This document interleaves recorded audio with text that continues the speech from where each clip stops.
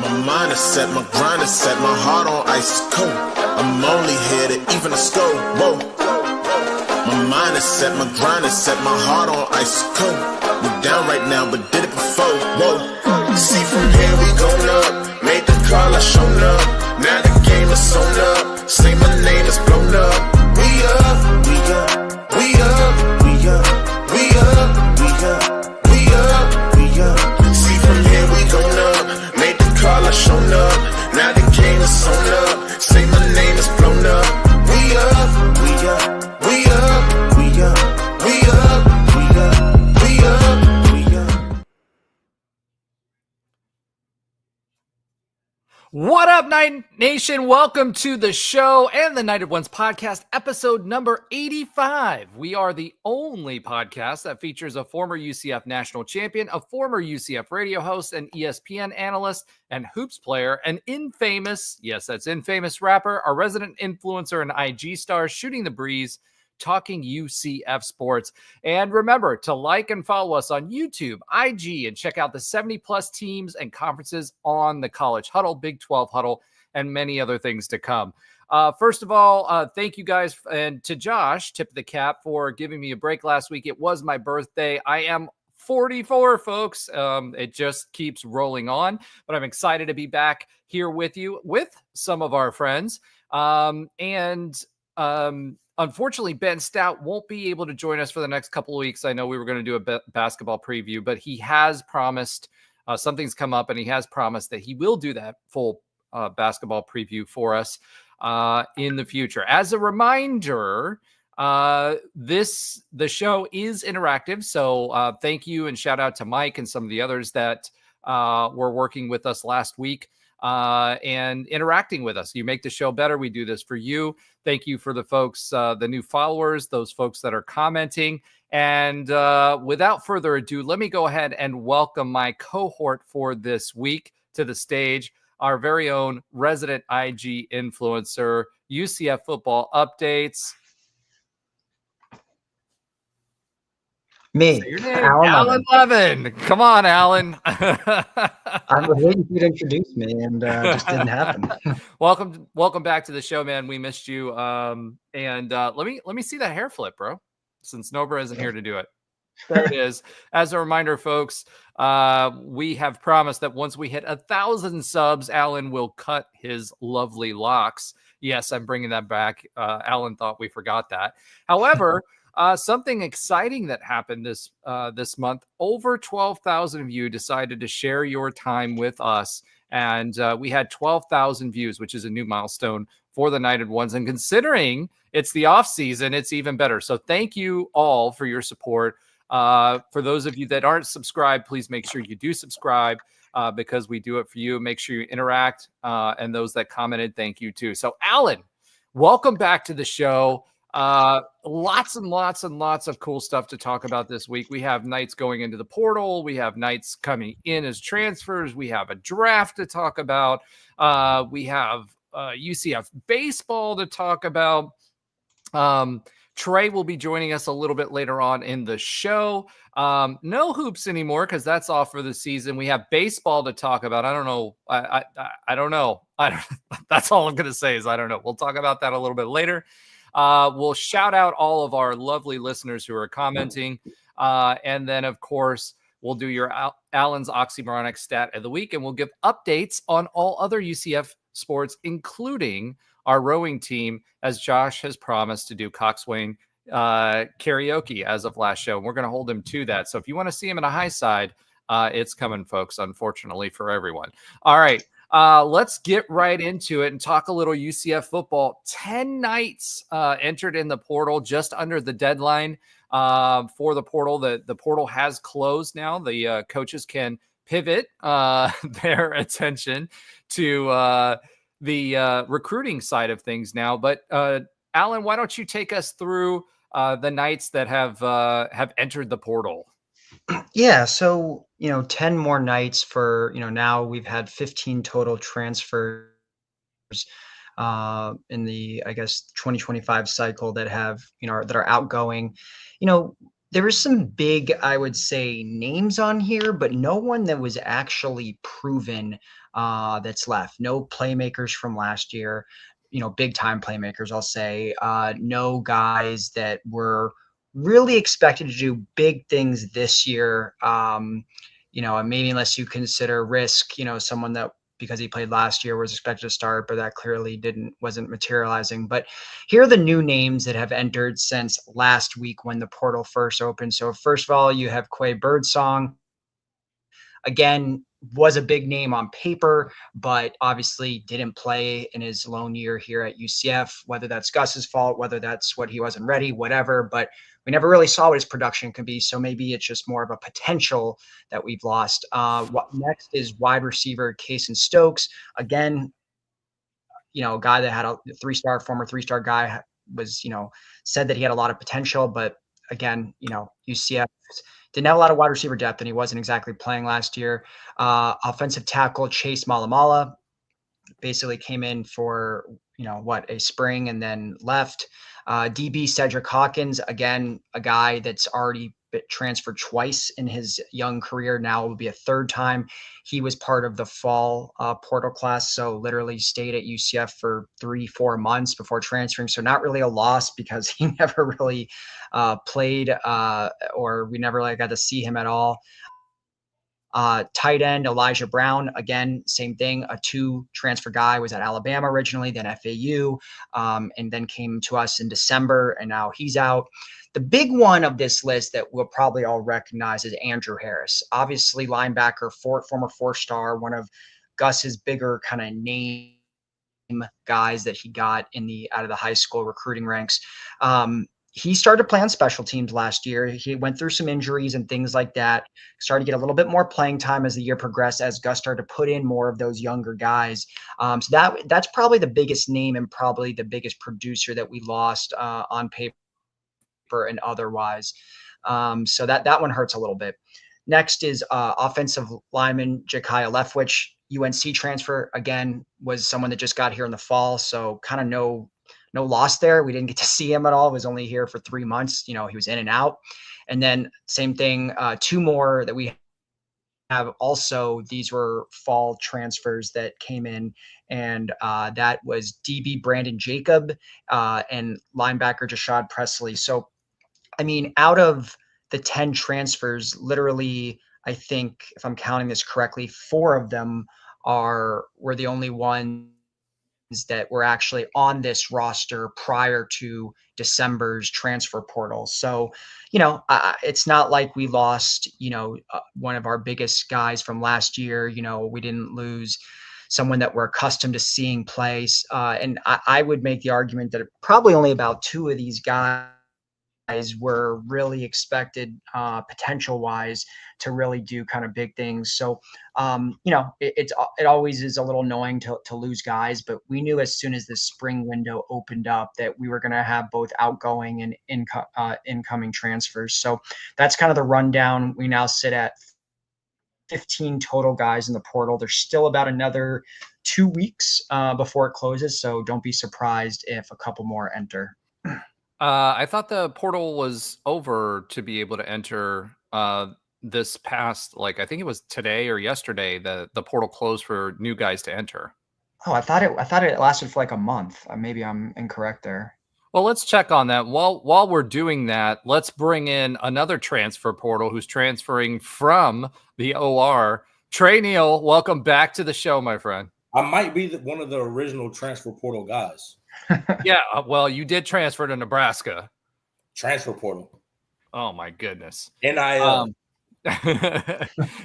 Trey's in here on the private chat saying, "Let me in." I was like, "Well, hold on. We've got to find an opportunity." As you found an opportunity to go to Nebraska. Anyway, that's old news. But let's talk a little bit about some of these Knights that entered the portal. I know, Alan, for you, a lot of these guys, other than Andrew Harris, really weren't big losses. Dylan Risk, I do think that that's addition by subtraction. I don't think Dylan was going to, unfortunately, get an opportunity here, and I hope he lands on his feet and does the same as what Mikey Keene does. And I feel like it was kind of that kind Pause there. Sorry, he did.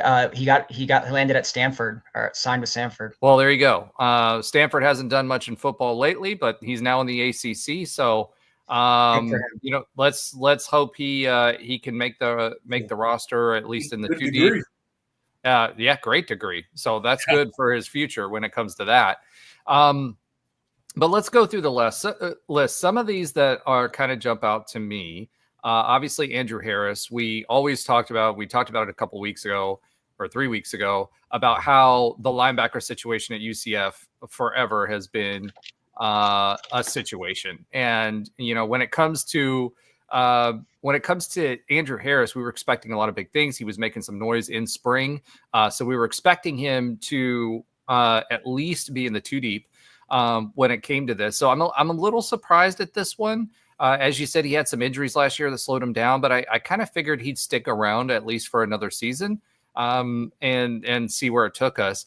But that's the way of the world these days. Cedric Hawkins, like you said, he was a big name. He was a 5-star, I believe, if not a 4-star, but I think he was a 5-star. He went to Ohio State originally. Yeah. He was defensive back, so he played corner and safety, if I recall correctly. But he was expected to make some noise. He was a splash transfer here. Like I said, rated very highly.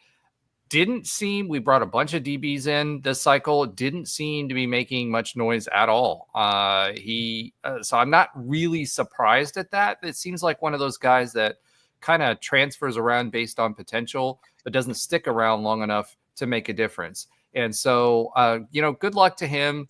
But big name, but not a lot of expectations versus Andrew Harris, which I expected to get snaps this year. Offensive tackle Chase Malamalala. I know I murdered that, but that's okay. I did my best. I'm actually disappointed with this one.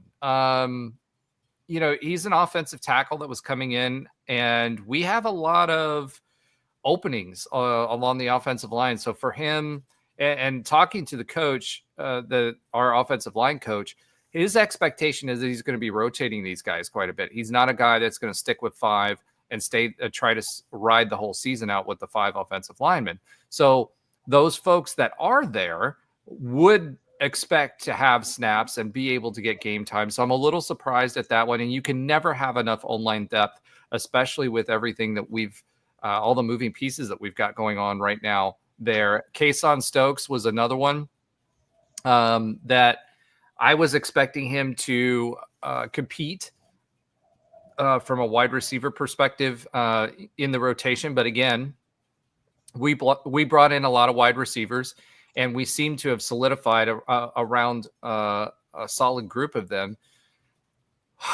Unfortunately, I don't think there was any room for him in the room, and that's what happens. And then Quay Birdsong, I had really high expectations for him. He seemed to be competing as well. His name was being bandied about quite a bit in the spring. But it seems like, again, a crowded cornerback room or defensive back room. Unfortunately, he decided to take his talents elsewhere. I wish, so of all of them, I wish Birdsong would have stuck around. I would have liked to see Chase at least for this season. And, Andrew Harris, those are the big 3 for me when I look at that list, as far as those are actual losses or potential losses as we kind of move forward. I feel like, for the most part, I agree with the who you feel are the biggest losses.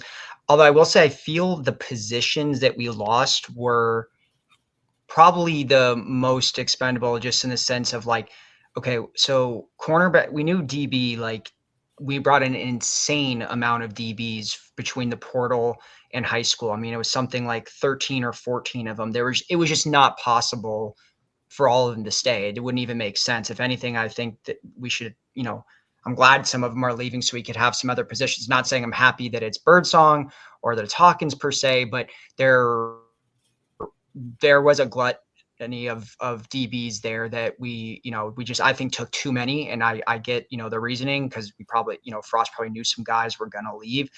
So I think DB was a position we could afford to lose. And we'll talk about this in a second, but we already got another one back as far as incoming transfers.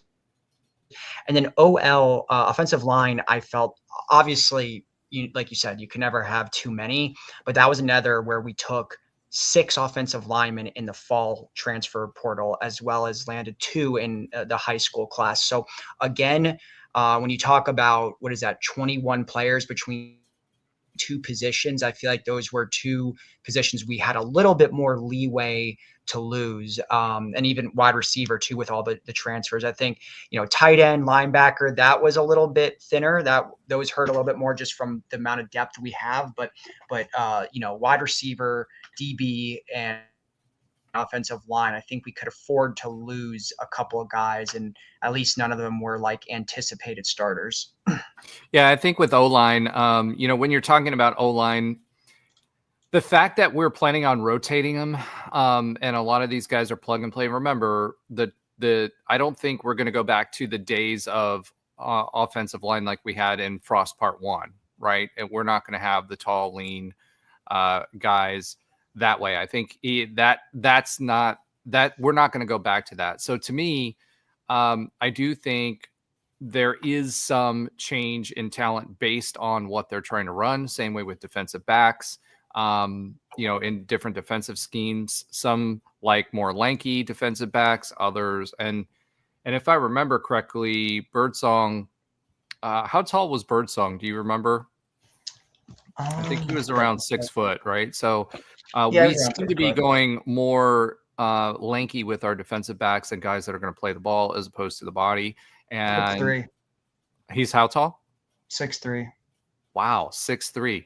So you know what? I think that was a typo on my fault. He was actually a linebacker, not a DB. That's my fault there. So okay. Yeah. But now that I think about it, I was like, that didn't sound right. He was a linebacker. So yeah. That makes more sense. So Birdsong, again, I heard some noise in the spring about him and his name being bandied about. So I'm really surprised at that. Cedric Hawkins, like I said, I wasn't surprised, but I know we took a lot of linemen, but we're in the middle of transitioning our offense. I want as many offensive linemen as I possibly can, especially with the size that Malamala was. So again, I murdered that. I'm sorry, man. Sorry, Chase. But I would have liked to keep the offensive lineman. Ja'Kai Leftwich, I hadn't heard much about. So that really, I don't think was a big loss, but I do think Chase would have gotten some playing time, and I get it, but I don't know. I would have liked to see him stay. Trey, what do you think? I mean, when it comes to offensive linemen and linebackers, losing those 2 position groups, what are your thoughts on that, being a former player? Yeah, I mean, you never want to lose guys. You hit it. You never want to lose guys in the trenches, in my opinion. Just because that depth, it seems, is what you need the most. Like, you can never have enough good linemen. Now, what does that say about them? I don't know. I mean, I didn't go to any practices, sadly. But maybe he felt he could, had a better opportunity somewhere else. Well, that's the sad part about the portal is kids are gonna just, if they feel like they have a better opportunity, they're just gonna jump in. But it always sucks to lose them. Linebacker wise, Andrew Harris, I think, as a recruit, he was one of the big get. Like, he was a big get. So you always want those guys to pan out. For some reason, it didn't. I don't know why he didn't play last year either. I thought he should have been some kind of rotation, but he didn't play a lot last year either. So, maybe it's just change of scenery. Sometimes that's what guys need, is just change of scenery. But they brought in guys. So, to be honest, I knew this was going to happen. There's going to be probably more. Well, if you guys said that, that's the end of them, they could enter. But I always thought, after spring, everybody stays. But then you kind of get that reality of kind of where the coaches start leaning, who they kind of favor. You might not even fit in the scheme. That's another fair point too. Like, I think Dylan Risk probably left just because he probably didn't fit with what Frost wanted to do. And I don't even know what Frost wants to do, to be honest with you. Well, I mean, Dylan is more of a pocket passer. Yeah. That tried to get a little bit of escapability going, Correct. right? Yeah. And I mean, the guys obviously would, take the quarterbacks he brought in and the guys that have stayed, they're all the uber athletic guys, who might not be the best throwers. So regardless, it sucks, but it's a part of it. But the good thing is we have some of the freshmen that come in. in the summer and probably almost a month from now.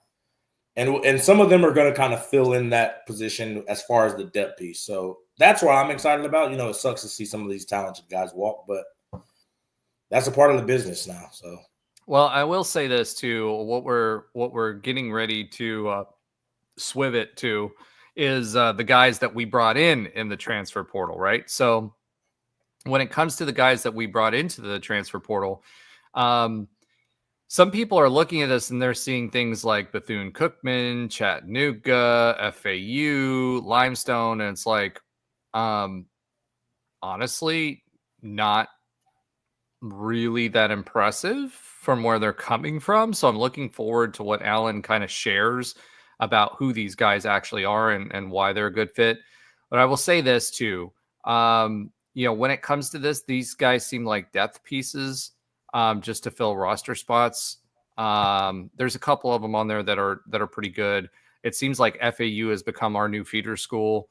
We had some folks that came from FAU in the past 3 years, and this year as well. A few that came in during the earlier transfer cycle. So it'll be interesting. But I'm really interested. Alan, tell us a little bit more about the new guys that are coming in and whether we should be excited about them or if they're just filling holes.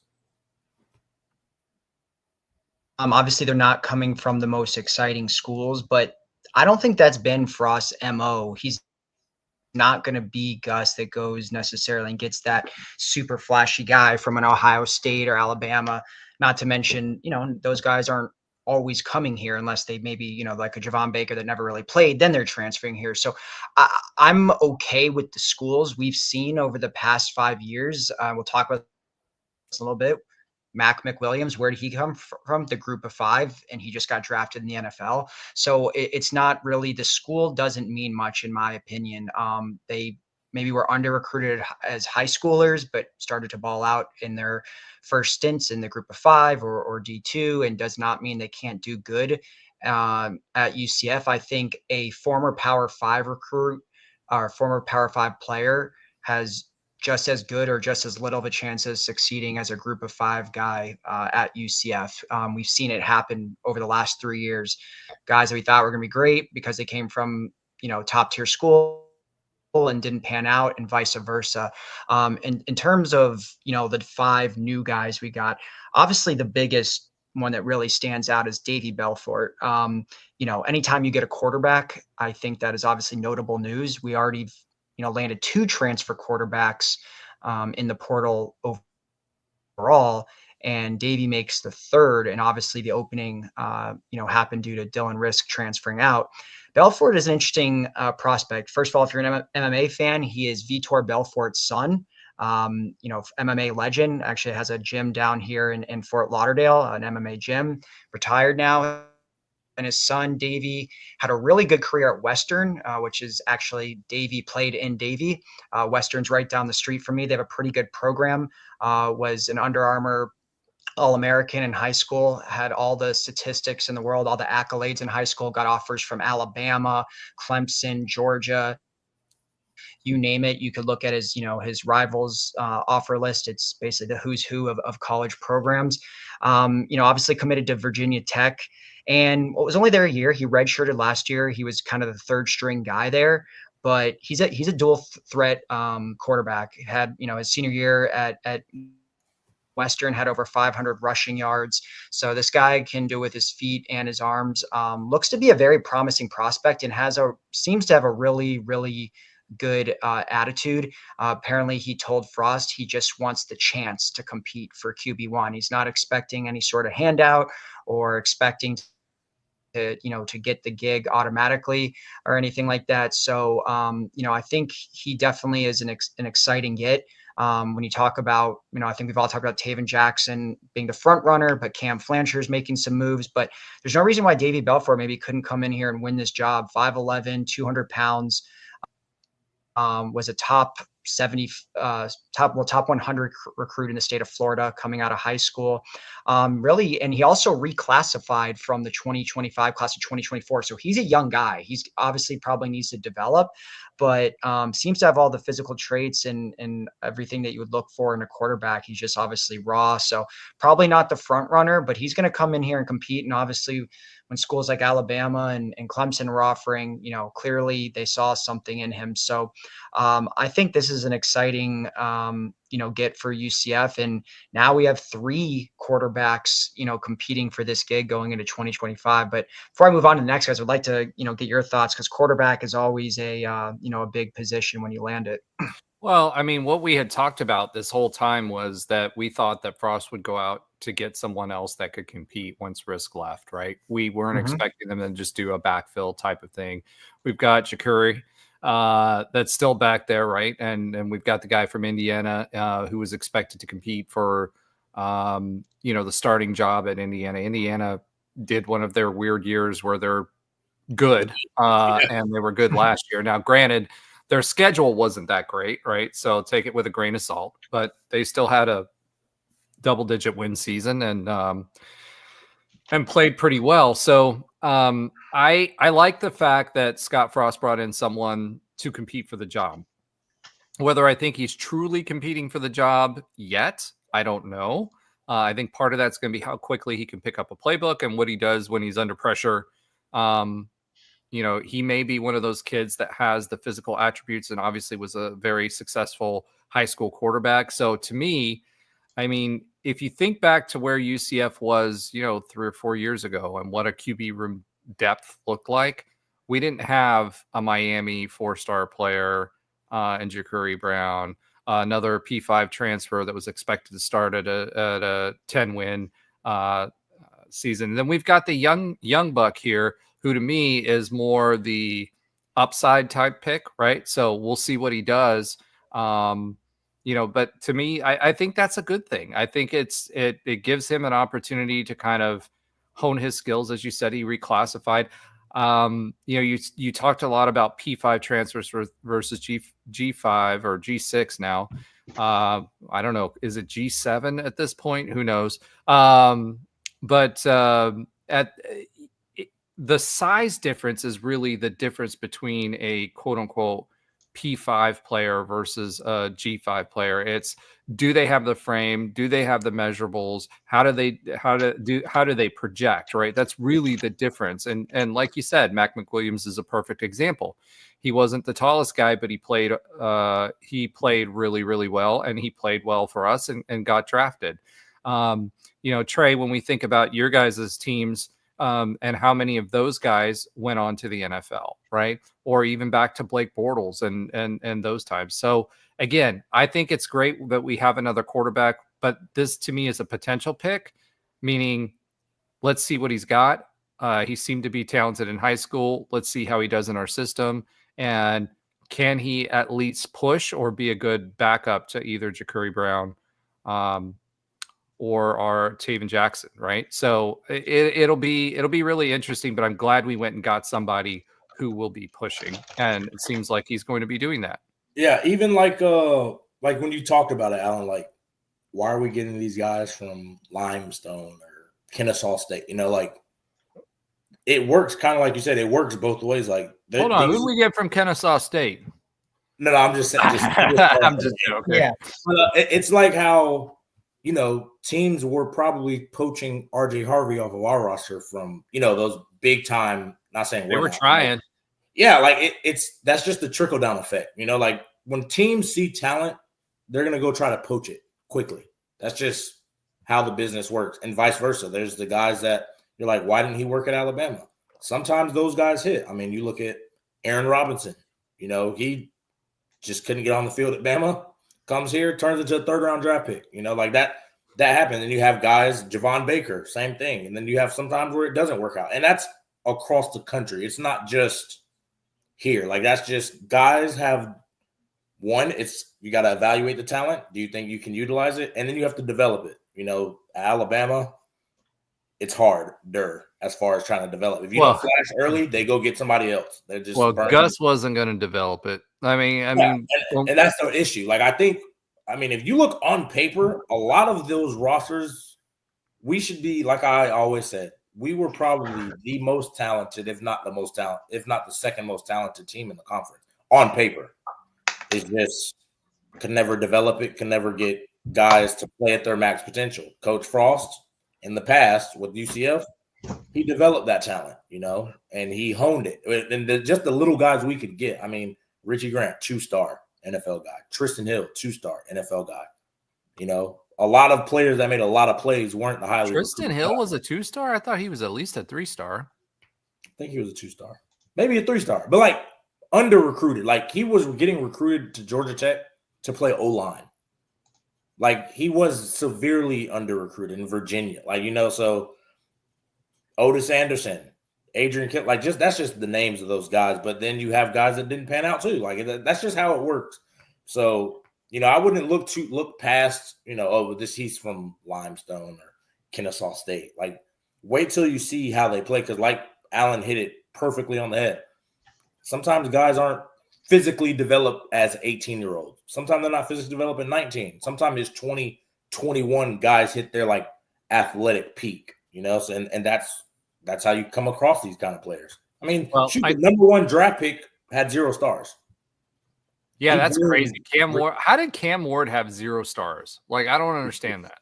I just think it doesn't matter anymore. Like with this portal, like you're going to see guys that maybe get under recruited, and they know within a year if they do good at their G5, their D2, they can go transfer. Like I don't think it matters. Obviously, you know, stars matter to a degree, but in some respects they've mattered always. In some respects they've never mattered. So I'm not really worried about the school, because how many instances in over the last 3 years have we landed this former 5-star and they never, if it's a former 5-star that's transferred 1 to 2 times already, you can't name one example at UCF where that worked out. Jordan Johnson, that wide receiver for Notre Dame, didn't play a single down here. The kid from Terrence, the Terrance or whatever, he was a former 5-star. Yeah, didn't play a single down here. You know, this DB Cedric Hawkins, 4-star, didn't even last 3 months.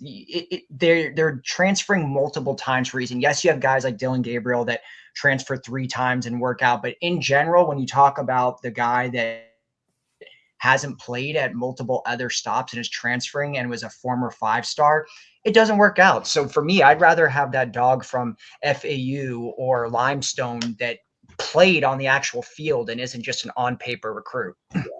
And and like you said, they put out good tape against the competition they're playing. So you're like, okay, he can play in this league, or he might be able to play in this league. Like that's the thing that I would rather take most of the time than just, oh, he was a 5-star backup at Alabama. I don't have any tape on him. I just know he was a 5-star backup. Right. Well, you know, that can be great, or that can be like, I see why he never played at Alabama. You know, like it can go both ways. Whereas the guy, you know what you're getting from the kid from FAU.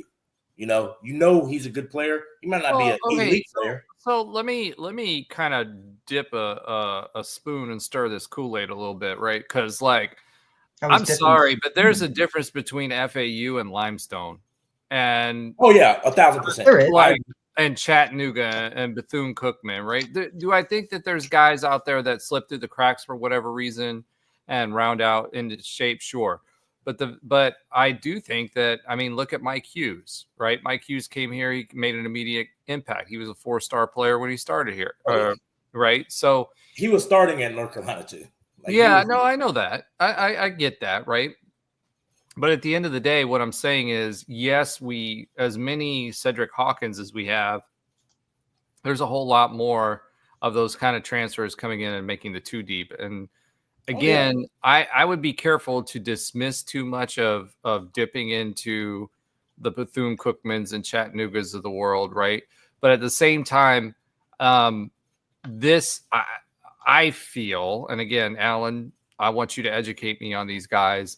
I feel like outside of maybe Belfort and maybe Jaden Williams, I think everybody else that we brought to the table here, there's a reason. Yeah, they're depth pieces, and there's a reason they were where they were. So yeah, I agree with you, Roger. There is a difference between, you know, FAU, a a legitimate G5 program versus Limestone, who just got rid of all athletics at their school. There's definitely a difference. And I am more so talking about the G5s we're getting. Yeah, when you talk about Limestone and Bethune, that is a little bit different Slippery story. Rock. What was that? Yeah. Or Slippery Rock University out of Oh, right. Pennsylvania. Yeah. I mean, there is a difference there, but those are fewer and far more. I know Frost got another guy from Limestone in the previous portal window, but overall, I was more talking about the G5s. But I think these guys are nice depth pieces that you need some of those guys. There's injuries in football. These are guys that are going to be hungry. They're going to want to play. They're probably very enthusiastic about the jump, getting to go from a D2 to a Power 4 program in 1 year like that. So I bet you they're gonna play their butts off and really try. But to kind of move on to the who else we got after Davey. So the next one, as you alluded to, is a Limestone offensive lineman, Owen Spell. If that school Limestone rings a bell, it's because we also got a wide receiver transfer from there in December, DJ Black. Difference is DJ Black led, DJ Black. Yeah, I mean, that was a different story. Yeah, he led the team and was one of the leaders in all of D2 in touchdowns. He had like 12 TDs, almost 900 yards, had really a breakout year. At least he's got some really good experience. But DJ Black didn't start at Limestone either. That's correct. He started at it was a big school. Was it Oklahoma or Ohio State? It was an SEC. I want to say Kentucky. I want to say it was definitely an SEC school. I can't remember which one, but you're right. He did. Yeah, maybe it was Ole Miss. You're right. And then he went down to Limestone, came back up. So it is a difference between Owen Spell. Owen Spell is hard to really find any sort of tape or anything on him. All I could say about him, he's originally from Georgia, played at Wayne County High School. He's fitting the mold. I mean, Roger, you kind of hit the nail on the head when that Frost is not going to be getting those smaller, kind of shiftier line. He's been getting all really big dudes, and Spell is 6'8", 310 pounds. He's getting close to rivaling Paul Rubelt's size there. But he didn't have a single offer out of high school. He wasn't ranked as a transfer or as a high school prospect. There really was not much on him that I could find. He played a little bit at Limestone, but there was not much about him. So this has clearly got to be a depth play. Obviously, UCF just lost a couple of offensive linemen outgoing in the portal. So I think Spell is purely a depth piece. Maybe DJ Black talked him up as a former teammate. I don't know. But, yeah, this is going to be a depth play here. Yeah, it's funny. Like I'm trying to pull the school that DJ Black came from. So it was Ole Miss, I think you're right. It was Arkansas, Ole Miss, Kentucky. What was it? It was either South Carolina. It was either South Carolina or Ole Miss. I can't remember, but either way, it was South Carolina. I just looked. Yeah, there you go. South Carolina. Yeah. So yeah, you're right. He obviously had bigger time experience before, kind of moving down. Yeah, and again, it's just the difference. And the reason I brought up Slippery Rock because Limestone is on that same tier. Do you guys know what the connection to UCF is with Slippery Rock? No. They used to be in the same conference as we were in Division III. So Slippery Rock was one of the first universities that we were playing when we started the program in D3. So that's what you're dealing with Limestone is my point. That's the caliber of athlete, right? No shade to the OGs, but it's a little bit different than what we're dealing with here. Yeah. All right. Well, so not much to say about Owen Spell. Next, though, as we alluded to, is another FAU transfer. I want to say this is our fourth FAU transfer in this cycle. Obviously, we know Cam Flancher came from there. Another one of our DB transfers from the fall also in there. Now we land a second DB from FAU, and that's Jaden Williams. This is a guy definitely I am excited about. Comes out of Valrico, Florida, played at Bloomingdale High. They have a not one of the top programs in Tampa, but definitely, or, West Central Florida, whatever you want to call it, but Valrico, they have a fairly proud program. They were top 3 team in the state as recent as 2021. So he definitely comes from a real good high school program. They've been a little bit down recently, but as a prospect, he was a top 300 player in Florida, ranked as a 3-star guy. He's just about 6 foot, 185 pounds. And he was a fairly significant player for FAU. He was voted as a co-captain last year on defense for the Owls. And probably had his best year as a college athlete last year. Did have some injury concerns, but played half the season, 6 games, where he did have a career high 2 interceptions last year, had 3 pass breakups, a fumble recovery, and also 26 tackles. So probably had his best year despite only playing in 6 games due to those injuries. Been pretty productive. Has played since a freshman. He's going in to be a redshirt senior. He's played at least 4 games every single season. So is a guy that has plenty of experience. 30 games overall in college, all spent at FAU. So we get, a nice redshirt senior with a lot of experience, comes from a real good high school and has a pretty good track record, and obviously a leader as a co-captain. Had a couple really strong games last year for FAU. Had probably his best game against Michigan State, playing against a Power 4 school. So I think this is a guy that could definitely make an immediate contribution, especially when you talk about, UCF obviously losing multiple DBs in the portal, not only in the fall, but most recently here in the spring, where, like we mentioned, Cedric Hawkins being one of them.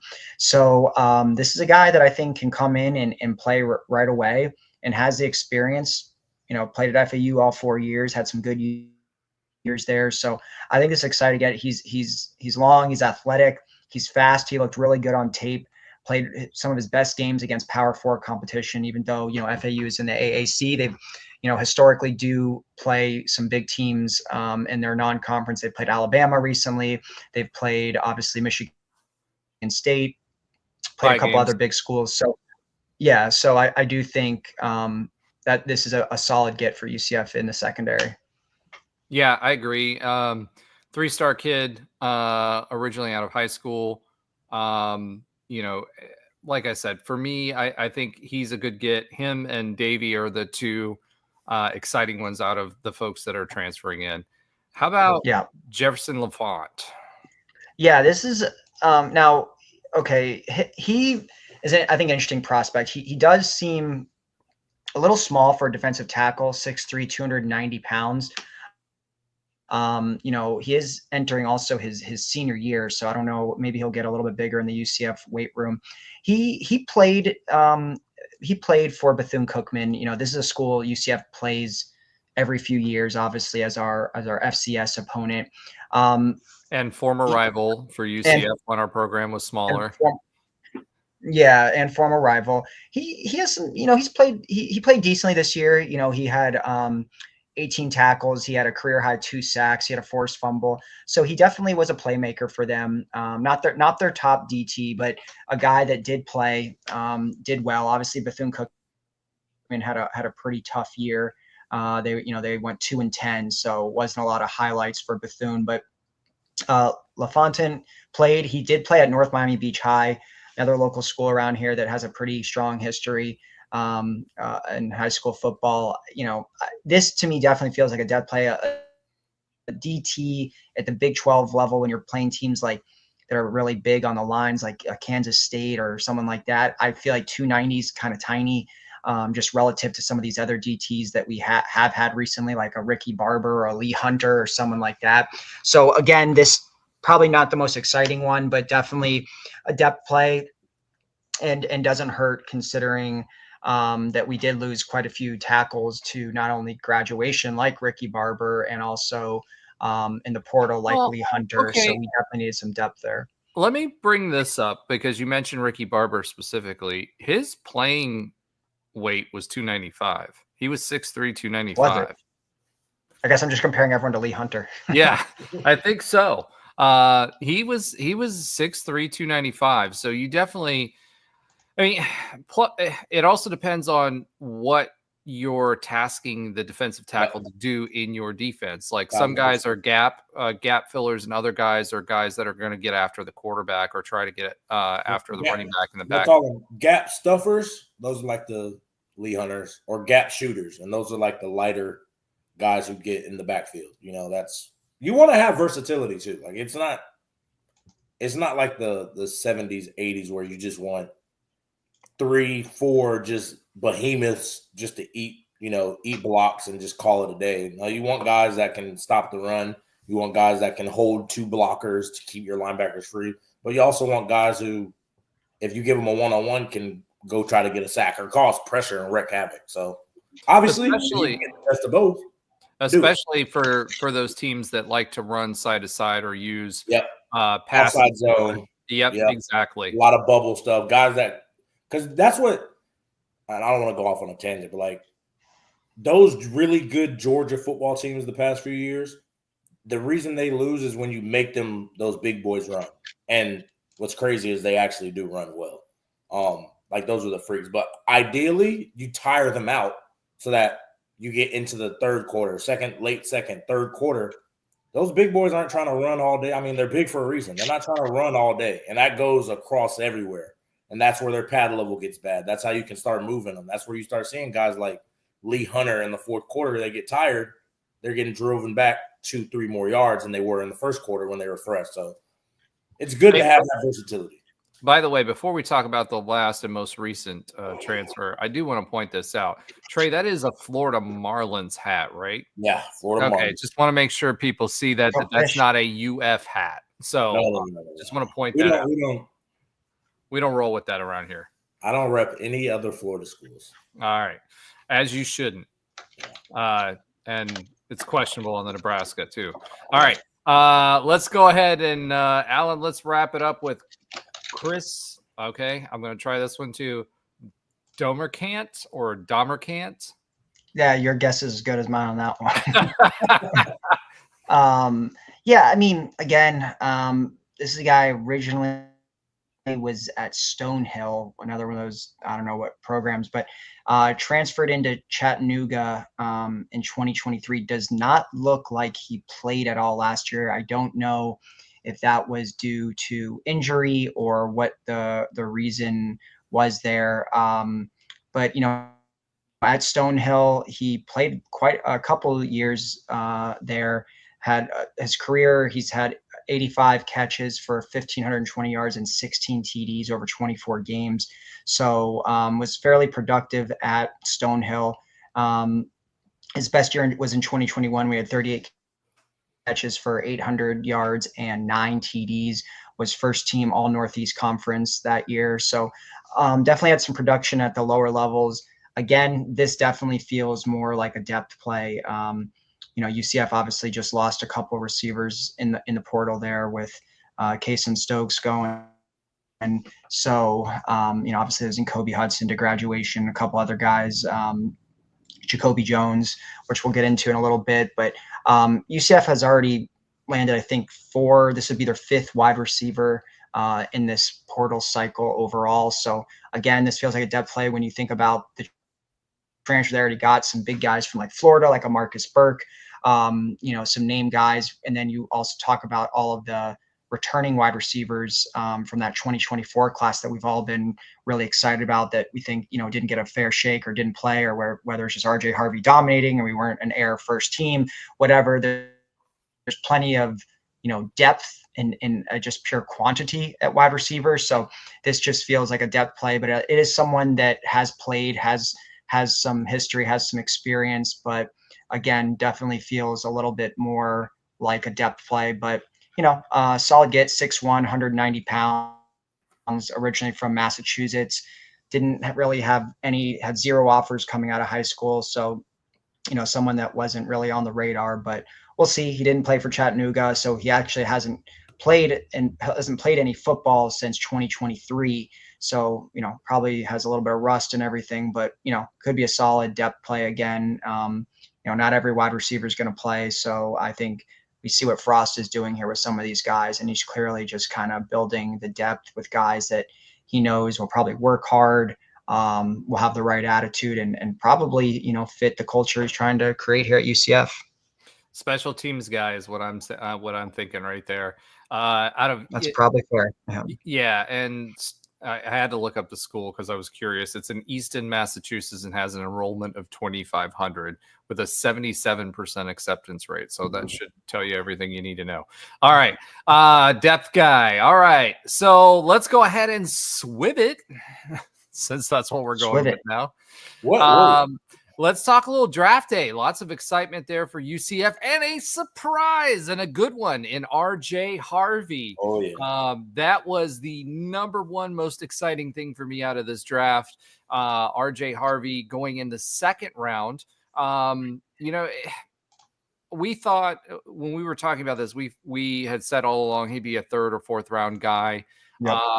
There was a lot of running backs and a fairly good running back class that came out this year, right? So this was going to be a competitive one. And he goes with the 60th overall pick to the Broncos, which is exciting because my son, because of my ex-wife, is a Broncos fan because she was from Colorado. So anyway, you didn't see the face I just made if you're listening on the podcast, but I'm not happy about that. All right, Alan, take us through draft day. What were your takeaways from draft day this go round? Yeah, that was really exciting. I thought that we were not going to see any UCF players go in the first two, maybe even the first three rounds. You had heard some buzz early on that RJ might be at best a third round pick, but then you heard that he could drop as low as some predictions were even the fifth, for whatever various reasons, smaller, whatever, which he's not, but seemed to be overshadowed by, like you said, this was a very deep running back class. I think there was 2 or 3 running backs taken in the first round, which you don't see anymore. I mean, running backs do not go in the first round anywhere like they used to, but you saw, I mean, obviously Ashton Genty went 6th overall. You had a couple other running backs. Then you even had the Big 12 that had all these guys that were, the name guys, right? Ollie like Gordon, Taj Brooks, like all Scattaboo, all these guys that, remember, also, were given all Big 12 honors over RJ, which we all complained about as UCF fans. So I wrote a tweet that got, some considerable buzz. I said, RJ went over Scattaboo, Taj Brooks, and Ollie Gordon in the draft. That is the ultimate kind of last laugh for RJ. He got drafted the highest out of any of the Big 12 backs. He was the 7th running back taken overall in the entire draft. So, yeah, it was a pleasant surprise. But, Denver obviously does not have, a great running back tradition. They had Javonte Williams, who's kind of been a bust. He's been injured a lot. So, I think he has a chance to immediately go in there and start and be a playmaker with a young QB like Bo Nix. So real exciting. Obviously, RJ had a very dynamic, workouts with the teams, had a great pro day, had a great combine overall, really turned some heads. And you saw that materialize with the 60th overall pick. So I'm really excited for RJ. I think that's awesome. One of the highest draft picks we've had in quite some time, since Richie Grant went in the second round, the highest since then. So that's a big pick up. To hear his name was pretty surprising because you didn't really hear that prediction, that buzz from any of the guys like Schefter or Mel Kiper that he was going to go high. So for him to go to Mile High, and potentially look like he's probably, unless he, doesn't look good, he's probably going to be locked up the starting position because they don't really have another running back option there. So I was really, really happy for RJ. We all know he's a hometown hero. He's an Orlando guy. He's a guy that turned down money his final year to stay at UCF and turned out to be, whether he's I think he's the greatest or the second greatest running back in school history.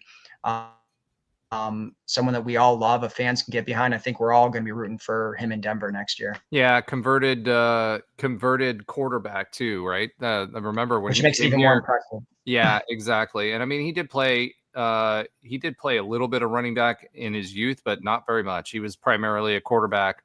But just a hard work story. And I think, and we'll talk about this a little bit later, right? But this whole Shedeur Sanders saga thing, you're talking about Shefty and, how he got that one way wrong, and it has a lot to do with the quality. I think this draft, the quality of the individual was looked at a lot more highly, especially and a lot of these GMs talked about it, is the transfers and what kind of players these guys are. They don't care about football was what you heard. And then you have someone like RJ Harvey, who's the complete opposite of that. And I think that carries weight when you get to the pro leagues. And I think that just the person he is, and quite frankly, he's an excellent running back. I mean, he was two, for leading the nation as far as running backs were concerned. He can catch out of the backfield. He has the ability to cut. He's not a one cut type of back. He has patience. He has all of the things we talked about while we were watching him. He deserved better from the folks that were around him. But RJ Harvey is a heck of a running back, and he carried the load, and everybody knew he was going to carry a big load, which made it even more difficult. And then when you go back and you think about the quarterbacks that we had in the past, they were running quarterbacks. And so what does that mean? That means people are going to load the box, which means he was doing this against teams that were we didn't have as strong of a passing game under Gus Malzahn. So they were loading the box. They were coming after him, and he produced the way he did in spite of all that. So, if anybody deserves it, you should be rooting for him. He deserves it. And he's got Denver's getting a heck of a talented running back who will put his nose to the grindstone and do whatever he needs to do to be successful in the NFL for as long as he can. And so I'm excited. Kudos, tip of the cap. He's got a $7 million 4-year guaranteed contract going at that round. So he earned his money in college, and love RJ Harvey, and we'll root for him. That's one of the few once a night, always a night kind of guys. And that's mostly the things, like, because Alan was like, when you talked about, like, he doesn't really have holes in his game. Like, and then when he went to the combine and just blew the doors off the 40, like, that was really his only, like, question mark, was how fast he'd run. And then, like, yeah, he's a smaller guy, but again, he's a big guy. He's built like a tank. Yeah. I mean, if he's 5'8 and a half, 5'9, yeah, he might be 205, 210 pounds, but that is like a walking muscle. Like, it's compact. His thighs, let me put it this way. His thighs are probably as big around as my chest. Let's just put it that way. Like, he's a stoutly built guy. So, and then I think the only thing, like, again, it was just his age, which, I mean, how long do running backs really last anyway in that sense? But, like, that was really his only knocks. The average is 2.5 years if you want to know the statistic. Yeah, so, like, him going second round, I'm not going to lie, I was surprised. But it wasn't because of what he put on the football field. I can definitely tell you that. That was never going to be his question. And, again, like you said, it's great to see the guys who stick it out. Because, again, I come up here all the time. I'm like, if somebody would have offered me $1 million to leave, I would have left. And that doesn't matter where you're at. I just think there's some amounts of money you can't say no to. And the fact that he stuck it through, and see, that makes it even worse that you left for free, Trey. Oh, man, listen. Come on, bro. Listen. We went over that. I got to needle you a little bit over that. Yeah, but, like, that just shows I'm glad that it paid off for him. Because, again, I'm like, golly. We went 4-8. That's not – sometimes teams are like, you know what? They can't – if they went 4-8, they don't have that much talent. And sometimes it's the complete opposite. But look what happened. We were talking about the Big 12 awards. RJ outperformed all of those guys. Yeah. Right? Ollie Gordon was the leader the year before. RJ was the leader this year, and they still gave it to Cam Scattaboo. And so if you don't think the fact that platform matters and the fact that we went 4-8 one year, if you don't think that affects his ability to be picked up or be taken more seriously by the NFL or get that spotlight on him, 100%. I don't know what to tell you. But, Denver saw the stage. Yeah, I mean, and, like, the bigger the stage, the more eyes are on you. Everybody watches the big games. Cam Scattaboo, people remember him. I mean, we know him just because we are in the conference. Most people only know him for his game against Texas in the playoff. Majority. That's how they know him, because they're like, who's this guy that's being a beast? So, like, in our heads, we're like, even when we played, we're like, listen, it's a lot harder back then. We need to play on New Year. That was always our goal. We have to play on New Year because then people will realize how talented we really are. You know, that's the truth about it. And it wasn't necessarily about us, yeah, but like everybody's always like, wow, UCF, they have really good players. They have actual NFL guys on our team. I tell people all the time, yeah, we weren't the Alabamas where our third strings were NFL guys, but a lot of our first stringers and some of our second string guys were NFL guys. So the rest were Canadian Football League guys. They were all CFL guys. Who? The rest of them. Yeah, and that's not even a knock because there's a lot of great CFL football players that, again, they don't even get talked about just because it's not American football. But like we had so much talent, and again, if you don't win, you get overlooked in every aspect. Coaches, awards, all of that. So, all right. Well, let's go ahead and move on to our second quasi surprise. I think Mac McWilliams. Let's talk about Mac McWilliams a little bit. We mentioned him earlier. He went in the 5th round to the Eagles. We saw what he could do here, and he played in the various bowls, postseason bowls that were out there. Senior bowls, etc. And he impressed a lot of scouts. Those are great opportunities for people that are bubble kind of guys to kind of separate themselves. And he's the first defensive back since 2021. So what do you guys think about the Eagles picking up Mac McWilliams? Yeah, I mean, he was a guy that kind of flew under the radar, I think, with UCF fans. Obviously, one of those G5 transfers that we, from UAB, we weren't sure about him. Kind of came on later on in the year when some other DBs didn't pan out like we thought they would. But, he had that early pick I think it was against the FCS school that we played, then kind of fell off for a little bit, but then came on strong again as the year started to close out. And, he was talked about. I mean, he got invited to the combine, had a good combine. I don't think it was someone initially when the year started we expected to be an NFL prospect, but he did. He proved it on the field. So yeah, I think it was a surprise, especially when you compare it to a guy that we all know really well in BJ Adams, who didn't get drafted, a guy that is a 4-year starter for UCF pretty much from the second he stepped onto the field. And then definitely, there were some stats about him when balls were thrown his way. I don't, something like he gave up only like 3 completions or something crazy like that. So, when you started to hear BJ Adams go name a lot, and Mac McWilliams, I think, kind of fell under the radar, but ultimately taken with the 5th round by the Eagles, lands on the Super Bowl champions. So that, I think that's a really, good landing spot for him. And I think he has a really good chance to make the team and maybe, I don't know, what his role will be. I think the NFL.com graded him out as a likely backup.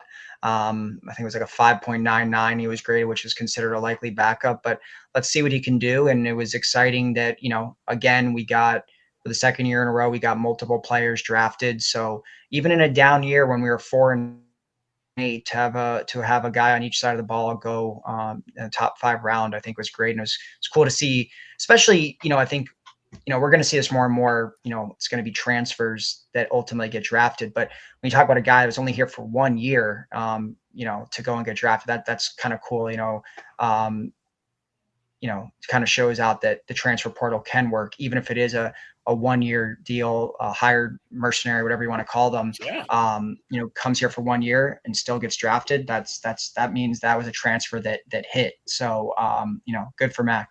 Yeah. I'm just saying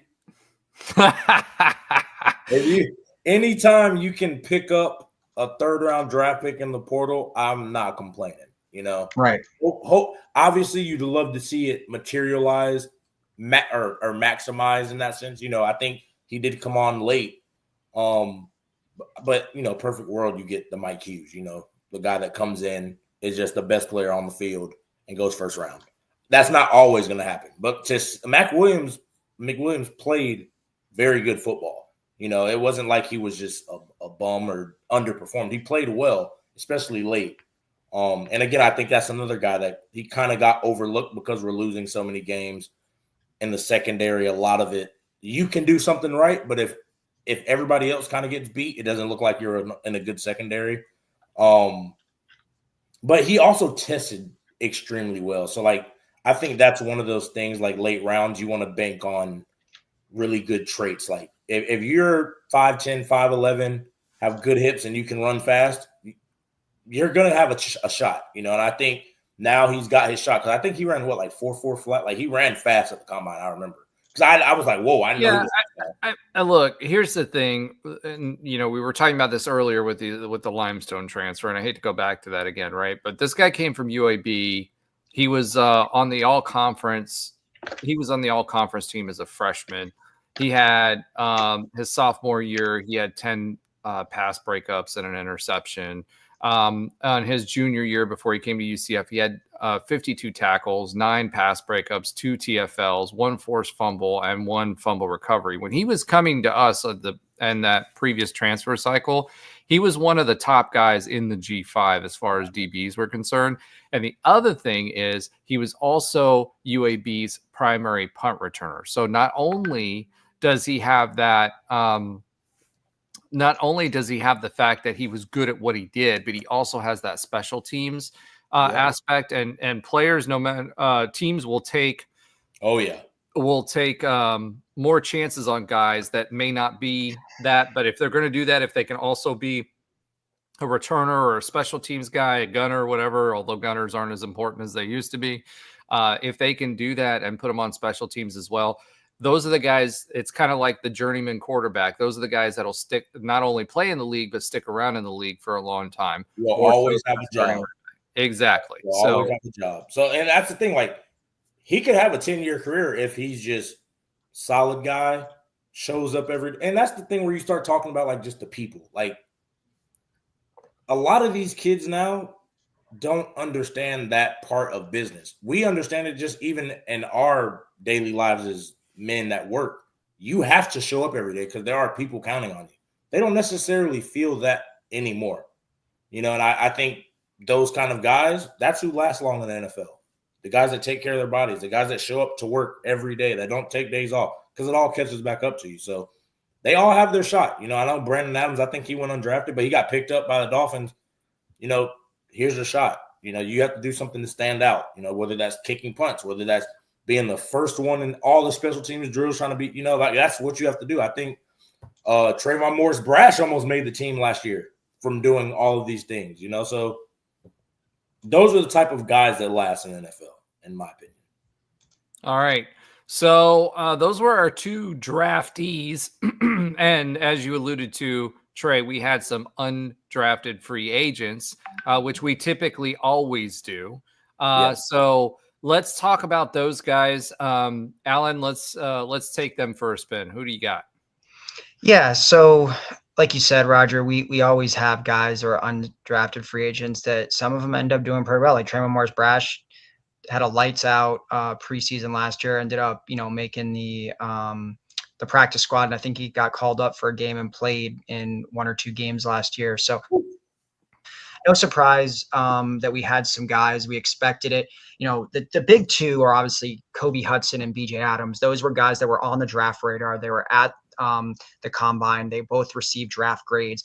The Kobe Hudson not getting drafted isn't super surprising. It was a pretty deep wide receiver draft. He had some issues with drops and things like that. BJ was definitely, I mean, he was getting as high as a 4th round grade. So that was a little surprising, but Hudson ends up in Carolina, which I think is a good situation. They did draft a wide receiver pretty high. They also got Colorado, one of Colorado's receivers, the guy that used to play USF. I forgot his Jimmy Horn. Jimmy Horn. Yeah, Jimmy Horn. Yeah, he went there. But you know, I am so mad we did not get that guy. He wanted to. They even put it in his draft notes, like that he wanted to go to UCF. I mean, that's how bad it was. Like that was Frost era, wasn't it? When Jimmy Horn was wanting. I think that was. It might have been. No, I think that was first year. It might have been. I don't remember. Yeah, I don't remember either, but yeah, that was a shame that we ended up not getting him. But you know, so I think Kobe ends up in a good situation there. Bryce young quarterback, needs some weapons. Adam Thielen is there, but he's older. I think they have a couple other guys, but so that could be a good situation. We'll see if he can make the team. Obviously, a talented player, had some issues with drops. The other one, BJ Adams, goes to my hometown, Miami Dolphins, who I was talking with Roger before the show, are very, very thin at DB. And Jalen Ramsey's on the trading block for whatever reason. So they need DBs. So I think BJ definitely has a shot of making the team or at least the practice squad. Then 3 other guys that got picked up, not super surprising. Probably a little more under the radar. Definitely, we did not expect them to be draft picks, so them getting signed is not, as UDFAs is not that surprising. But Amari Kite, offensive lineman, who came over here from Alabama, had a good, 2-year run with us, signed over in Seattle. Then you had Ricky Barber, who at one point was expected to be a draft pick. Had some real bad injuries there over the last couple of years at UCF, but was a very productive player ultimately for the Knights for a couple of years there. He ends up in Washington. I don't know, what his prospects are for making the team, but we'll see. And then Jacoby Jones, is he coming back? Is he not coming back? Well, this clearly answers it. Jacoby Jones is not going to be on UCF next year. He ultimately, obviously, took a chance at going pro, and he also got signed by Washington. So those 5 guys do get picked up as UDFAs, priority free agents. And then we had 2 others that signed camp invites, which obviously a lot lesser chance of making the team as a camp invite. But running back Penny Boone, who had a great career before UCF, then came to UCF in a loaded UCF running back room and didn't play, but he got picked up or got invited to camp for Carolina. And then another 1-year transfer DB, Sheldon Arnold, got a camp invite to Kansas City. So those are 7 players that, are getting their turn at potentially going pro, and 5 out of the 7 did get actual contracts. Yeah, didn't somebody sign like yesterday and with Jacksonville? Jacksonville. I thought those were the 7 that got signed. The only one that I put this in there, the only one I was surprised is Deshaun Pace. I mean, damn, like Gus was talking about him, kept calling him what did he used to call people? He's a dude, or he's a player, he's a guy, whatever. Well, he did play well. I mean, not no, only he did he play did. well, And I'm surprised he was looked at as going to be. I thought he was going to be a draft pick.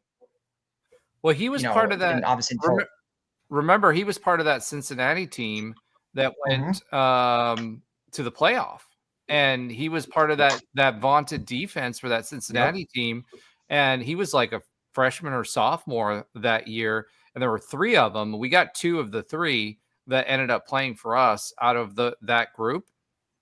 And he just last season he played well the season before, but last season he got injured, and then he just kind of fell off the face of the earth. Yeah, and he didn't even get a camp invite or anything. So I would say fairly surprising, especially the buzz that he had at Cincinnati, and then even at UCF. He played really well in the beginning of the season, was one of our top playmakers in those first 4 games before everything fell apart. So, I don't know. It's interesting. Maybe he'll still get something, but yeah, that was, I think, kind of a surprise that he didn't land anywhere. Yeah, I wonder. I didn't follow how they all tested and everything, but I wonder if it was like he was stuck in that tweener kind of role, not big enough to be like a true linebacker, but not. I wouldn't say fast enough because he was pretty athletic. Just not I guess the athletic enough. No, he was the edge protector. He played a little bit of nickel. Yeah, but he was. Here was the big thing. I think Pace went from 80 tackles and 11 TFLs his senior season, or his last season with Cincinnati. He came to UCF and his production dropped. He went to 61 total tackles, and his TFLs went to 3.5. He was more of a guy who would cover a tight end Yeah. He was a guy who would rush, edge rush, at Cincinnati. He was that kind of player. He had some speed. He was lanky, but he wasn't like he was a guy that moved around, especially in different defenses, right? Because Cincinnati played that 3-3-5? 3-5, yeah. Yeah, they played a 3-3-5. So he was the guy that kind of moved around in space and could stay with receivers, could stay with the tight end, would flex and come off of a blitz that was disguised and then edge protected, right? He would make sure that he would be on the strong side for edge protection or the weak side for edge protection. So he was injured a little bit last year. So yeah, his production was down, but the big thing was his TFLs. He wasn't getting in the backfield. And the crazy thing about it with him is he got into the backfield a lot, but he took bad angles. So I don't know if it was just because he was playing from a different defense. We played a 4-3. If it was because he was just in a different defense and so he was taking the wrong angles from that when he was used to having a little more freedom and space. But it really hurt him because I really did when we signed him. There was a lot of buzz nationally around him, and I expected that he would come here and that he would be drafted. I 100% expected him to be drafted, and he wasn't. Yeah, I'm trying to see what his testing was. Yeah. All right. Well, that's it for our UFDAs. Yeah, our UDFAs. So let's go ahead and swiv it once again. And let's talk a little bit about our dearly departed quarterback, Dillon Gabriel. And the only reason I'm bringing up Dillon Gabriel is because there was a controversy that happened from a certain Big 12 quarterback from Colorado who also got pranked. By the way, that all came out today.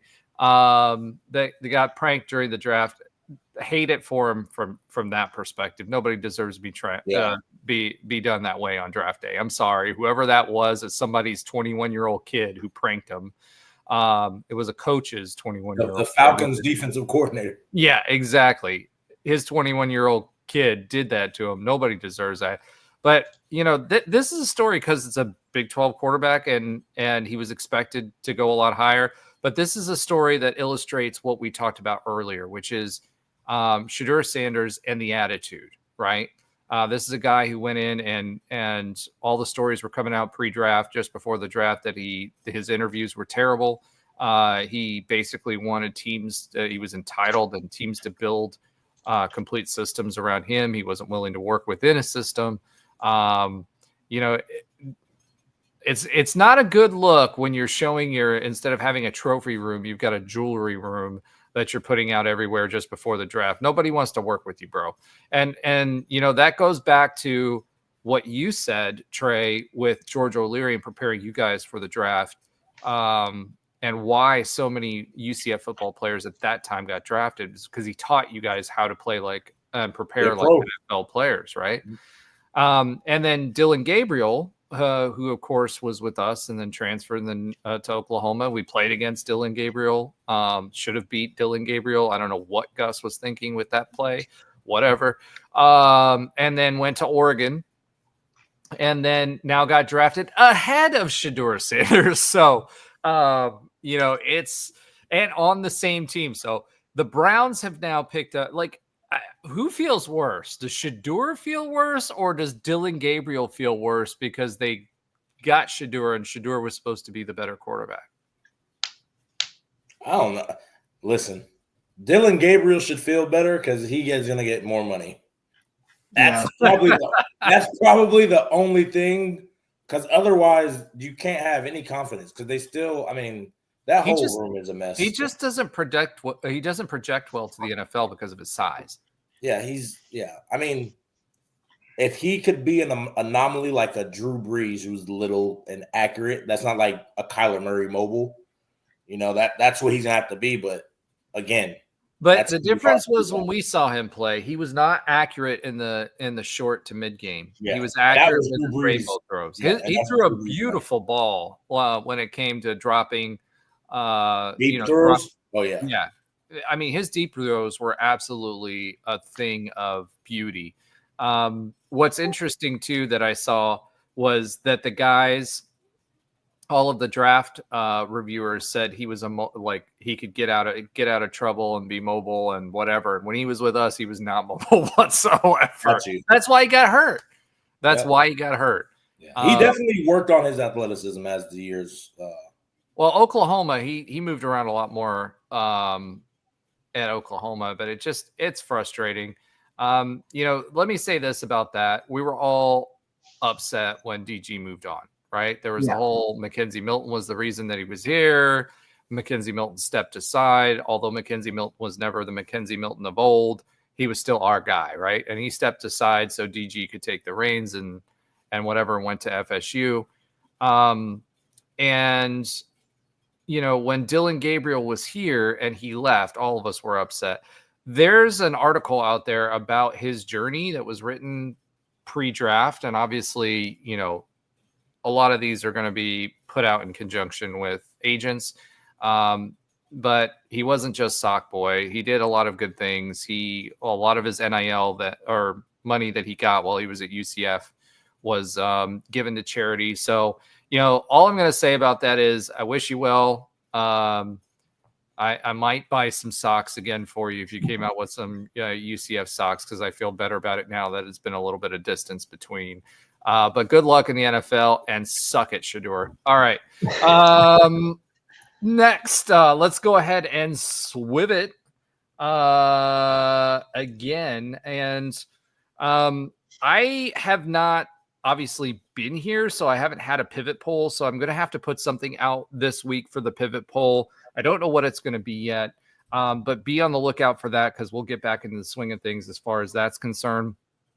But I do want to talk a little bit about UCF baseball. So, 'tis the season for UCF baseball, softball, and the spring sports.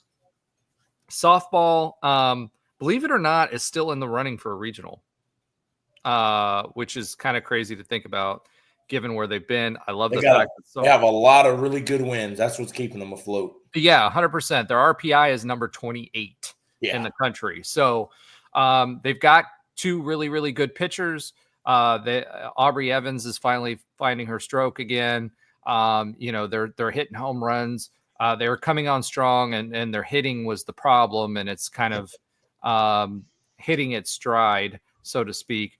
But then you have baseball, which baseball has been all over the freaking place. This was a team that was red hot coming out. We were expecting for them to, potentially compete for hosting. They were moving up the rankings. They had a good out of conference schedule. They had some big wins. And it reminds me a lot of what our hoops team did early on in the season. Then they kind of fell off. And, that vaunted pitching rotation that we had, especially the closers, didn't close very well. And then our hitting kind of slumped. Espinal still kind of in a slump to the point where he's gotten pulled from the lineup. Sonny D has come back in. He's kind of hit his stride. And this team, this weekend was the perfect example of what's happened to this team. West Virginia, highly ranked. They were ranked number 10 coming into this to this weekend. We were playing them at home. And, they could have won every single one of these games. But the big bugaboo that's come into play, one, is the closers. We were leading that last game as well, is the closers. So the pitching's kind of fallen apart again. They were back on it again and then didn't again. But the closers were a problem. The other problem is how many players were leaving on base. 36 players left on base in this series. 36. We out hit as much as we were talking about the slumps and hitting. We out hit West Virginia this entire series, the number 10 team in the country. But we left that many players on base. It resulted in a Friday night loss, 1-4. Then a crazy game. This is where the pitching really lost us this game. was 10-15. 10-15. This sounds like a Wisconsin football game. It doesn't sound like a baseball game, right? And then the last game we lost 3-4. Made a little bit of a comeback, but again, stranding batters everywhere. Until we get that fixed, this team is not going to. But I think this was, we were talking about maybe this team could make a regional, and this West Virginia series would be what makes the difference for us to either take that step forward and continue to work towards our potential or just fold shop. I think what this West Virginia series shows what this team is going to do for the rest of the year. And it's unfortunate because I do think that this team is more talented both in pitching depth and the hitting than last year's regional team, which made it to the regional championship game, right? So it sucks. I was not very happy about this weekend's results, not because, West Virginia wasn't the number 10 team in the country, but they were also a very beatable number 10 team in the country. They were talking a lot of smack in the ballpark. I mean, a lot. Their fans, even their dugout got warned twice in the first game because they were talking so much smack. And this was the two out of 3 of these games were very, very winnable, even with the talent that we had and the way that we were performing in the games. But you cannot leave 36. So Trey was so disgusted he dropped out. You cannot leave 36 batters on base. You can't do that. And I don't know what this team's going to do for the rest of the year. We're playing North Florida as well as a midweek game, and then we're playing at OSU next. So hopefully they bring home the OSU series. North Florida, we better beat North Florida, but at home. But yeah, I'm disappointed in this year's team, and I don't know.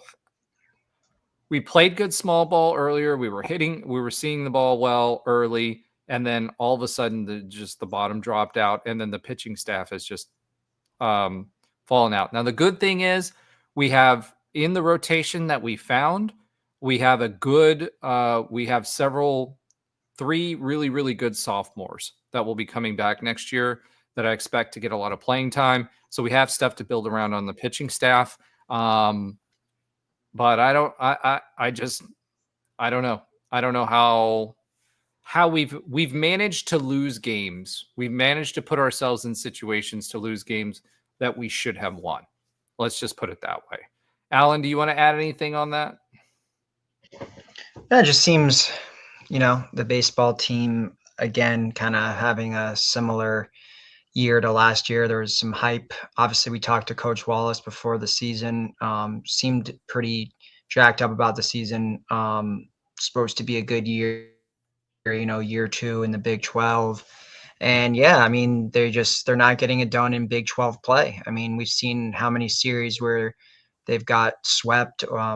Sometimes the bats come alive. Sometimes it seems like we can't produce any offense. So, I don't profess to watch the baseball team much, but it is disappointing when, guys like you who follow the baseball team, Ben, talked about this was going to be a good year. And it seems like, it's now kind of starting to really, well, it already has kind of circled the drain a little bit. So I don't really know where they go from here, what Coach Wallace can do. It sounds like you said there's some sophomores that are going to be returning. There's some, maybe a decent nucleus coming back, but, it's kind of like the basketball team. You got to start.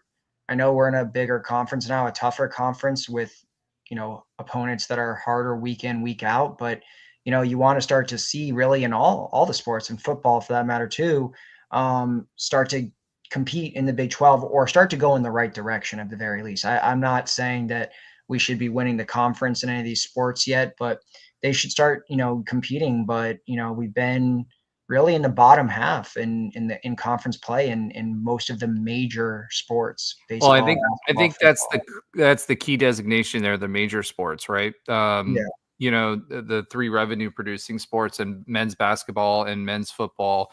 Tennis has done really, really well. I mean, they lost the champion, both men's and women's lost the championship game, but they've done really well. Softball is rebuilding with a bunch of freshmen and sophomores. We were a senior Aladdin team last year, and they're starting to find their stride, right?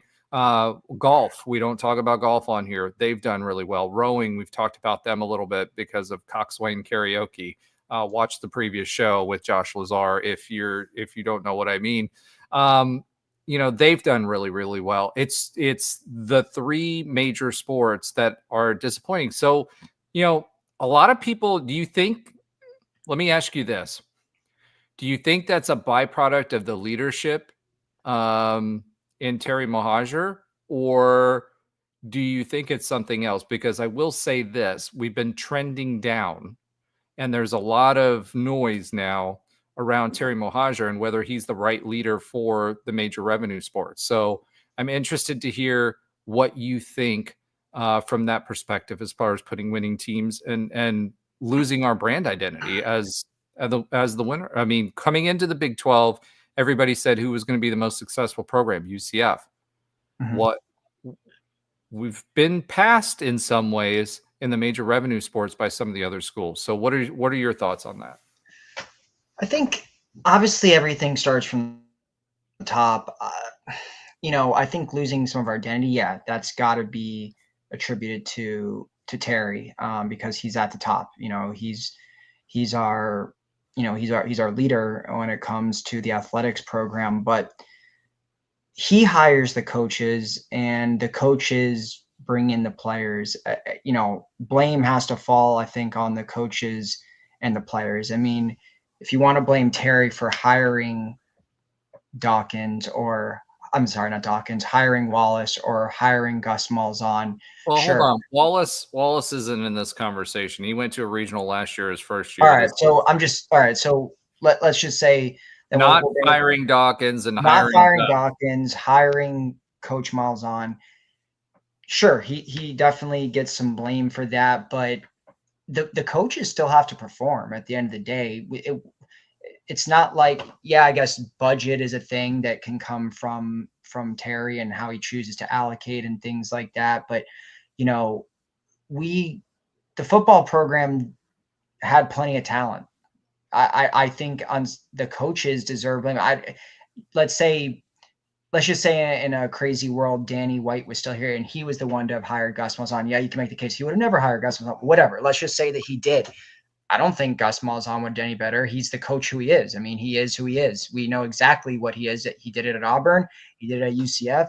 So I think the coaches share a lot of that blame in not performing in their respective sports. And maybe and Terry deserves blame too. He's keeping on to Johnny too long. Maybe he kept on to Gus too long. He made the wrong decision in hiring him. But the resources were there, especially for football, to be more competitive than 4-8. And that was, I think, purely a coaching thing. I don't care who our AD was.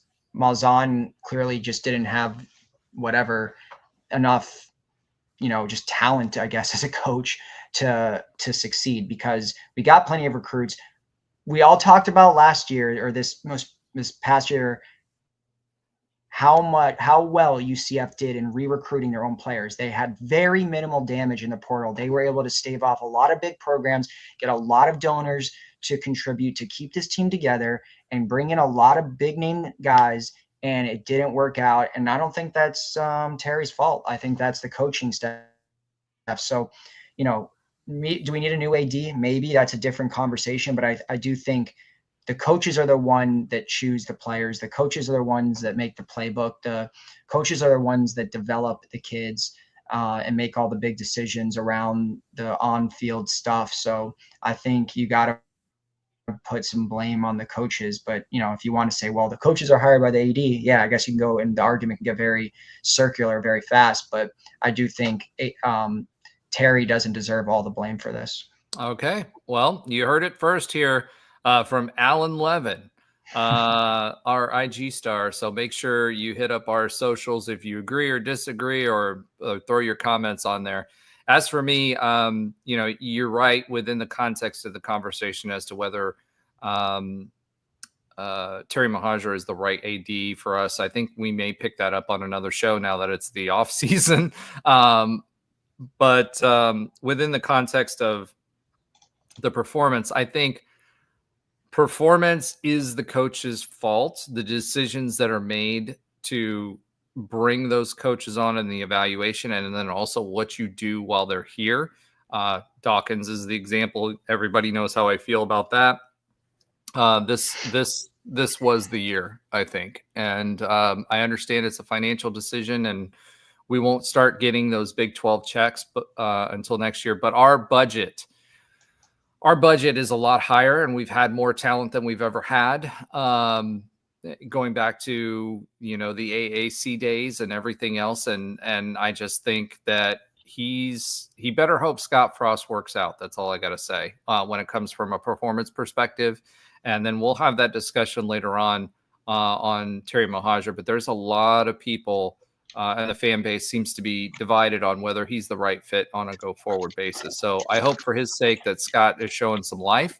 I hope for our sake that he shows some life this upcoming football season, because that's the only thing that's going to keep him out of the doghouse as far as I'm concerned, other than the fact that we're doing the tower, but that tower only goes so long. All right.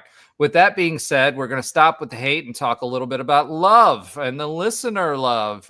So shout out to, again, everybody who's watching, commenting, liking. Make sure you keep doing that. We had over 12,000 views just in this last month alone. So thank you all for being a part of the show, telling your friends, and dealing with our drivel for that long. That's a lot of time. 17% of you are watching us on TV. I don't know why you would want to see me on TV, but thank you for doing that. I've always had a face for radio. That's why they had me on ESPN for a while. All right. But with that being said, let's go ahead. We had several new subscribers this last week. Unfortunately, you guys are not showing up because you've got your privacy settings to private, so I can't see who subscribed, so I can't shout you out. But whoever that is that's subscribing, thank you very much for subscribing. We did have some interaction with Pitt Stoner, who 1974, who is a frequent contributor in our comments. And this was in response to our short for UCF needing to fire Mamadou after the whole Mustafa Chiem debacle. So Pitt Stoner says, fire him. Didn't he quit? And our response was, hey, Pitt Stoner, he was trying to do a deal with Cincy for weeks and allegedly influenced Chiem during the tournament. Folks were aware and they didn't fire him. It does take a bit for a university to do so. He did end up quitting, but UCF should have fired him. I just don't think they wanted the spotlight on why we were getting the bigs. Pitt Stoner replies, at the end of the day, Chiem is to blame for following him. I don't care about the coach. The player has his own mind and left. So let me respond to that. You've got to remember that the pipeline that was created that Mamadou was tapping into to bring us those bigs, and this goes all the way back to Taco Fall. Taco Fall, actually, to your point, Pitt Stoner, was pressured to leave and didn't, and stayed with UCF and stuck with Dawkins. So shout out to Taco. We all love him. He didn't take this path. However, unfortunately, their immigration status and Mustafa's is tied to his sponsorship by Mamadou. And if you don't think that he was leaning on that when $2 million were at stake, I don't know what else to tell you. He did end up at Cincinnati. I still think that no matter what, whether it was his decision to go or not, I don't care about that. I care more about the fact that he was trying to leverage him with another Big 12 team. He had been doing that for weeks and weeks and weeks before the season was over. He was not showing up to, allegedly, I'll just put that out there just to make sure we're safe, allegedly not showing up to practices on time or doing his coaching duties. So he was really paid to be a pipeline, which is why I think UCF did not want this out in the media. but he should have been fired by UCF for the way this was handled. And the fact that he told allegedly Mustafa Chiam that he should take it easy in the Crown tournament so that he didn't get injured. And, Cincinnati was working this deal the whole time, even before the Crown started. So I'm sorry. I'm still of the opinion that he should have been fired. Alan, what do you think? That the assistant coach should have been fired, said? Yes. Yeah, of course. I mean, that's total. I mean, it's a college athletics has always been filled with greed, whether it was, the NCAA or the schools themselves, administration.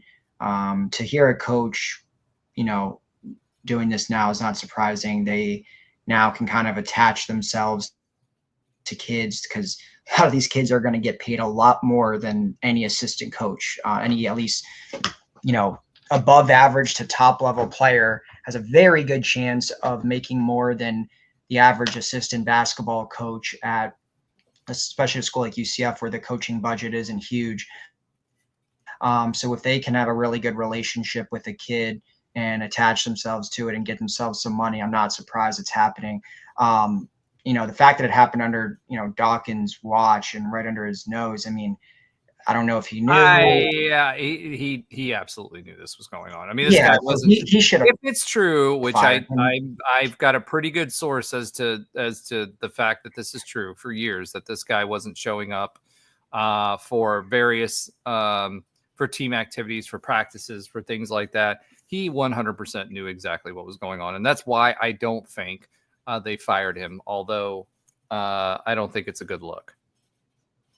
Yeah, it's not a good look, and he should have been fired. Dawkins should have taken action, and that's another kind of thing of we just talked about Terry. I mean, Terry obviously knew this too. You should know this, and that again starts with the leadership at the top. I mean, the head coach should have taken care of this, and the fact that also Chiam, if he did actually listen to that advice and take it easy is super lame. You should have.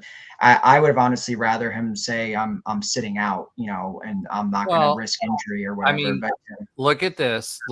Ben during the Crown tournament said that Mustafa. One of the things that Mustafa is really good at is he has the ability to be athletic enough to get back on defense. And Ben actually pointed it out during the tournament that he was not doing that. He was like, I don't know what's going on. He's not doing that. Right.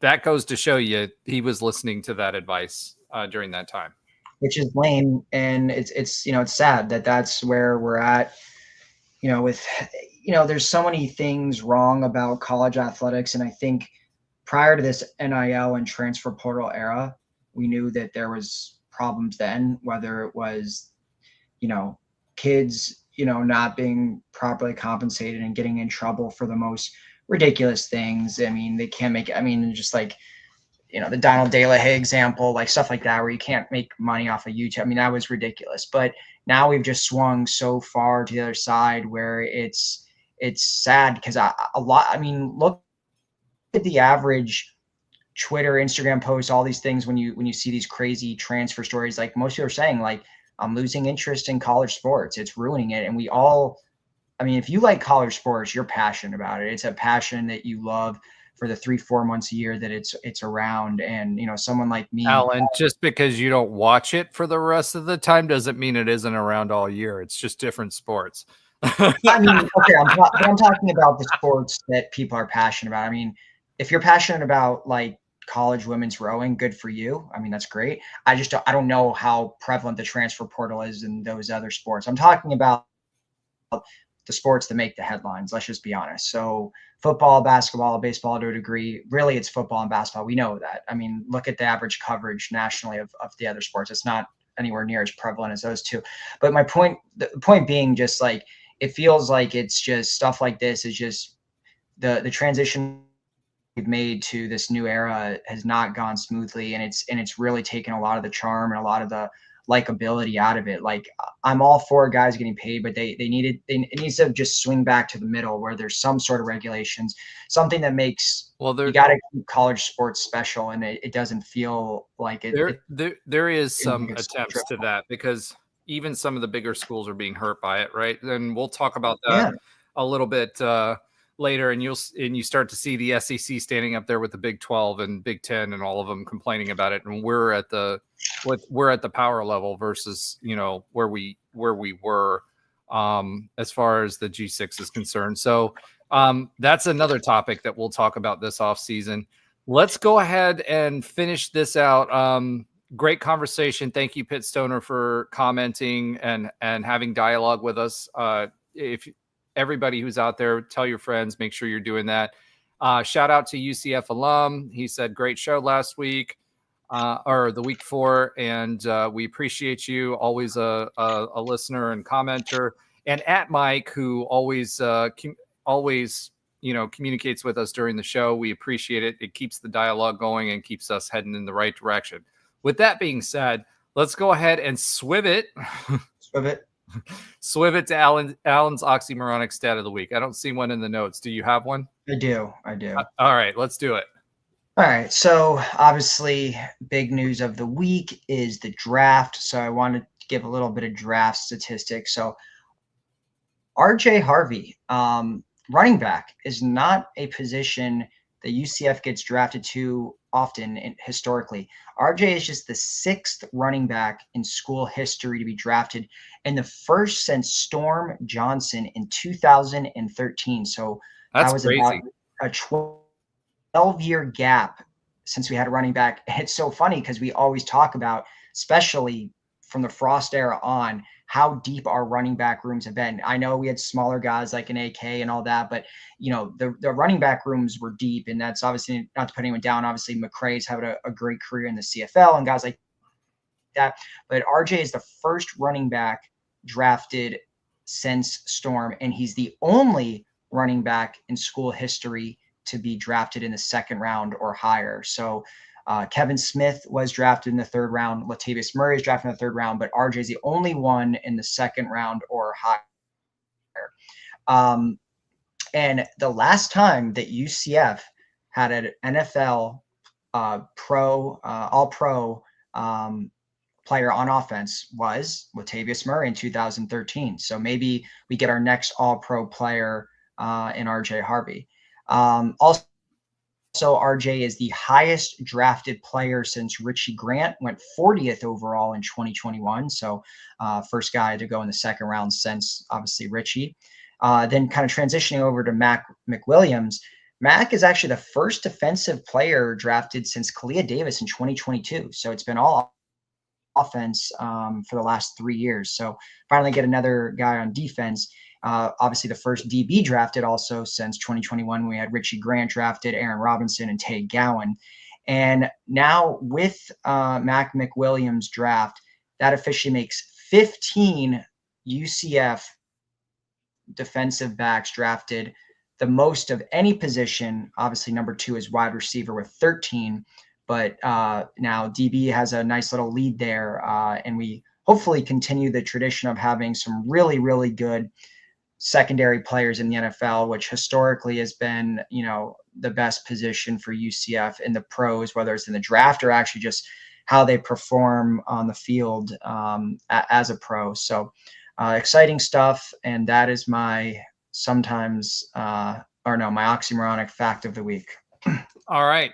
Several facts, and making up for the fact that we don't have Josh's sometimes funny fact of the week this week because Josh is not here. He's somewhere in Myrtle Beach partying it up in a high side. I don't know. I could do a quiz question for you if you want me to throw something in there. All right. Let's do something quick. All right. This is going to be a little tough. I mean, you have to really know your deep UCF history here to probably get this one. But I mentioned that there's been 6 running backs drafted for UCF. Can you name those 6 running backs? All 6? Yeah. Okay.